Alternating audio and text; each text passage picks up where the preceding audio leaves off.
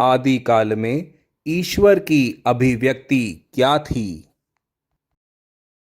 उस समय अंधेरे में अंधेरा छिपा था और सभी जगह अंधाधुंध अराजकता थी। जो शून्य से ढका हुआ था वह प्रकट हो गया। एक है लश्वर जिसकी कृपा से वह सब उत्पन्न होता है, जो गति करता है और जो स्थिर है, जो चलता है, तैरता है और उड़ता है। जो निराकार सत्य भीतर छिपा है वह ईश्वर है। ईश्वर का वास्तविक नाम क्या है? वह अपनी रचनाओं को कैसे प्रेरित करता है? वह वास्तविकता जो रहस्य में छिपी है, जहां ब्रह्मांड को एक ही निवास मिलता है, उस वास्तविकता में सभी एकजुट होते हैं। उसी से सब कुछ विकसित होता है। उस एक प्रभु का कोई नाम नहीं है। ऋषियों ने उन्हें ईश्वर कहा। अवतार अपनी रचनाओं को प्रेरित करने के लिए मानव रूप में धरती पर आए। भविष्यद्वक्ता अपनी महानता के प्रतिबिंब हैं। उन्हें देवता के नाम से जाना जाता है। पवित्र व्यक्ति भगवान से प्रार्थना करते हैं और मंदिरों में देवताओं के जीवन, कर्मों और शिक्षाओं का जश्न मनाते हैं। क्या हमें रोज मंदिर जाना चाहिए? पुजारी को क्या करना चाहिए?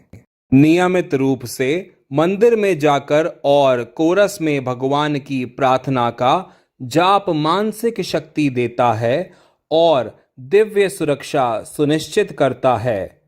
पुजारी को प्रार्थना के कोरस का संचालन करना चाहिए और वेद, उपनिषद या गीता और अन्य हिंदू ग्रंथों से कम 5 श्लोकों का अर्थ समझाना चाहिए। इन भजनों से भक्तों को अपनी समस्याओं का समाधान स्वयं करने के लिए मार्गदर्शन मिलेगा। पुजारी को हिंदू समाज में मित्र, दार्शनिक और मार्गदर्शक के रूप में कार्य करना चाहिए और समाज के नैतिक और भौतिक आराम के स्तर को सुधारने के लिए निरंतर प्रयास करना चाहिए।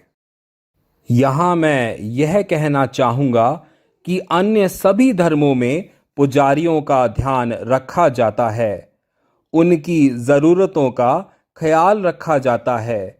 हिंदू धर्म में पुजारियों को खुद की देखभाल करने के लिए छोड़ दिया जाता है। नतीजतन पुजारी सबसे गरीब लोगों में से हैं और जीवन यापन करने के लिए उन्हें झुकना पड़ता है। मुझे लगता है कि यह कुछ ऐसा है जिसे हिंदू समाज को गंभीरता से सोचना चाहिए कि पुजारी भी इंसान हैं, उनकी ज़रूरतें हैं और उनकी ठीक से देखभाल की जानी चाहिए। क्या हमें देवता की पूजा करने और पुजारी को भुगतान करने की आवश्यकता है? पुजारी की वित्तीय ज़रूरतों की सराहना की जानी चाहिए और उच्च योग्य और सक्षम लोगों को पौरोहित्य के पेशे में शामिल होने के लिए प्रोत्साहित करने के लिए सम्मानजनक राशि दी जानी चाहिए। अच्छे पुजारी अच्छे समाज का निर्माण करते हैं। एक हिंदू भक्त के लिए अंतिम संस्कार कैसा होना चाहिए? अग्नि को परमात्मा का एक अंग माना गया है, अतः शरीर में आग लगा देनी चाहिए ताकि आत्मा और परमात्मा एक हो जाएं। हालांकि देश के कानून का पालन किया जाना चाहिए। हिंदू विवाह का सही तरीका क्या होना चाहिए?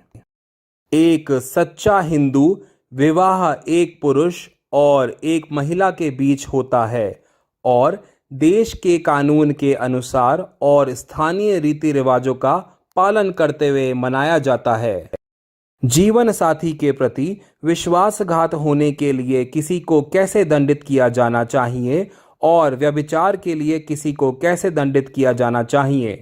पति या पत्नी के प्रति बेवफाई विश्वास का उल्लंघन है।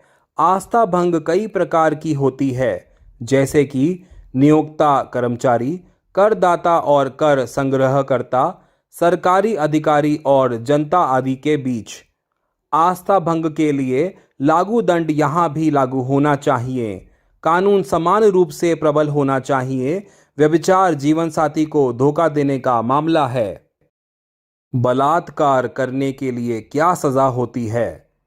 बलात्कार अत्यधिक गंभीरता की हिंसा है और हिंसा के अनुसार सजा होनी चाहिए। कौन सा व्यक्ति स्वर्ग का हकदार है? स्वर्ग तक पहुंचने के लिए एक हिंदू से प्रतिदिन 2 बार भजन मंत्र का जाप करने की अपेक्षा की जाती है। कम से कम 10 मिनट के लिए उसे प्राणायाम करना चाहिए और भोज उत्सव से जुड़ना चाहिए। जो व्यक्ति जीवन यापन के लिए कड़ी मेहनत करता है, जो दूसरों को जीविका कमाने में मदद करता है, वह लालची व्यक्ति नहीं है। जो व्यक्ति शास्त्रों का ज्ञान भक्ति से प्राप्त करता है और अपने जीवन में उसका पालन करता है, वही स्वर्ग जाने के योग्य होता है। भोज उत्सव क्या है और इसके क्या लाभ हैं? भोज उत्सव एक धार्मिक सामूहिक भोज है जो हर महीने एक दिन के उपवास के बाद पूर्णिमा की रात को आयोजित किया जाता है। रात्रि भोज दोस्तों, रिश्तेदारों, शुभचिंतकों और परिचितों के बीच बारी बारी से प्रायोजित होता है या हर कोई दान दे सकता है। महीने में एक बार दिन के समय उपवास किया जाता है। जो लोग भोज उत्सव का आयोजन करते हैं या भोज उत्सव में भाग लेते हैं, उन्हें निश्चित रूप से स्वर्ग में जगह मिलेगी और वे अपने बच्चों की सुरक्षा भी सुनिश्चित करेंगे जो धन अर्जित करेंगे। यह सभी हिंदुओं के लिए जरूरी है। भगवान और सभी मृत पूर्वजों, पुरुष और महिला दोनों को धन्यवाद देने के बाद भोजन करना चाहिए। वेद में कहा गया है कि भोज उत्सव यज्ञ करने की तुलना में और भी बेहतर परिणाम देता है। भोज उत्सव के दौरान भोजन से सभी प्रकार के अच्छे भोजन के साथ साथ गायन, नृत्य और सामान्य समस्याओं पर सामुदायिक चर्चा भी शामिल होंगे। यह सामान्य रूप से 2 से 3 घंटे तक चलेगा।